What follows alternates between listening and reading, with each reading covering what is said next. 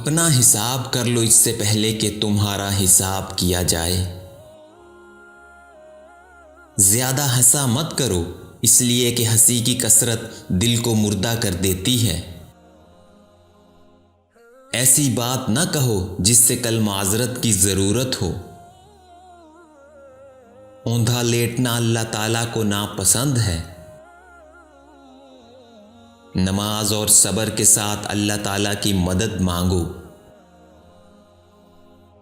اللہ تعالیٰ فرماتا ہے کہ میں اپنے بندے کے گمان کے ساتھ ہوں۔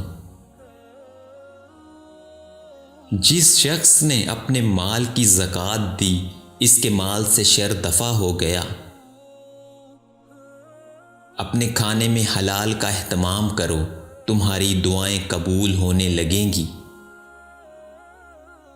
جو کام سب سے زیادہ سبب مغفرت ہوگا وہ کشادہ روئی اور شیریں زبانی ہے۔ قرآن کا سب سے اہم ادب یہ ہے کہ اس پر عمل کیا جائے۔ کارخانہ قدرت میں فکر کرنا بھی عبادت ہے۔ زبان کو بند رکھنے، گھر میں ٹھہرنے اور گناہوں پر نادم ہونے میں نجات ہے۔ مشکل ایسا عذر ہے جسے تاریخ کبھی تسلیم نہیں کرتی۔ دنیا دارالعمل ہے، لہٰذا کسی چھوٹی نیکی کرنے میں بھی سستی نہ کیجیے۔ تمام صحابہ اکرام رضی اللہ تعالی عنہم معیار حق ہیں اور ہمارے ایمان کا حصہ ہیں۔ پاؤں پھسل جائیں تو پھسلنے دو، مگر زبان نہ پھسلنے دو۔ دوسروں کے مال کی طمع نہ کرنا بھی سخاوت ہے۔